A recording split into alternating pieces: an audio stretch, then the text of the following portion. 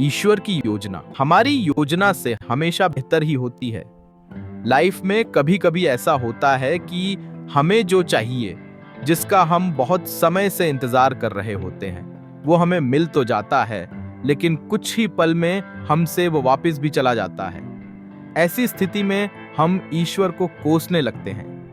हम ईश्वर से कहने लगते हैं कि आपने मेरे साथ ऐसा क्यों किया। कुछ समय के लिए हमारा भरोसा ईश्वर पर से उठ जाता है, किंतु कुछ समय के बाद हमें यह एहसास हो जाता है कि जो हुआ वो हमारे लिए अच्छा ही था। ईश्वर की योजना हमसे अच्छी होती है। हमें यह बात समझनी चाहिए कि जो हमारे हाथ से चला गया वो हमारे लिए अच्छा ही नहीं था। ईश्वर ने जो कुछ भी किया वो सोच समझकर ही किया होगा। एक छोटा सा 2 साल का बच्चा खेल रहा था। खेलते खेलते उसके हाथ में चूहे मारने की दवाई आ जाती है। बच्चा नादान था, वो नहीं जानता था कि ये चूहे मारने की दवाई है। वो तो इस दवाई को चॉकलेट समझकर खुश हो रहा था।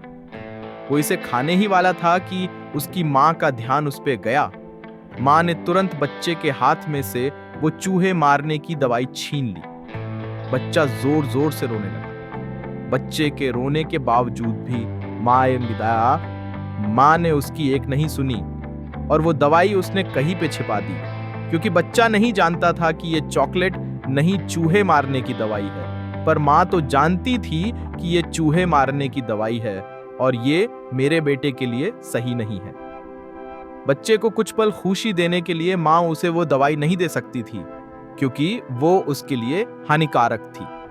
वैसे ही जब हमारी जिंदगी में हमें कुछ ऐसा मिले जो हमें कुछ पल की खुशी दे और फिर वो वापस चला जाए, तो हमें निराश नहीं होना चाहिए। तभी हमें यही सोचना चाहिए कि हमें जो मिला था वो हमारे लिए अच्छा नहीं था, इस चूहे मारने की दवाई जैसा ही था। जैसा माँ ने बच्चे के हाथ में से इस चूहे मारने की दवाई को ले लिया, वैसे ही ईश्वर ने हमारे हाथ में से वो ले लिया, क्योंकि वो हमारे लिए अच्छा नहीं था। कभी कभी हमें सही और गलत का फर्क इस नादान बच्चे की तरह पता नहीं चलता है, पर जैसे माँ को तो पता था, वैसे ईश्वर को सब पता होता है।